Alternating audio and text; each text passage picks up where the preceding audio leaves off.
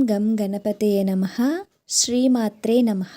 లలితా సహస్రనామాలలోని 52వ శ్లోకము సర్వశక్తిమయి అంటే జగన్మాత అనంతమైన శక్తి స్వరూపిణి అని అర్థము. సర్వమంగళ అంటే సర్వమంగళ స్వరూపిణి అని అర్థము.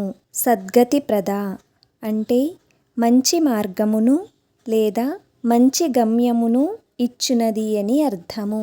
సర్వేశ్వరి అంటే విశ్వమునకు ఈశ్వరి అనగా అధికారిని లేదా పాలకురాలు అని అర్థము. సర్వమయి అంటే అన్నింటిలోనూ ఉండునది ఆ జగన్మాత అని అర్థము.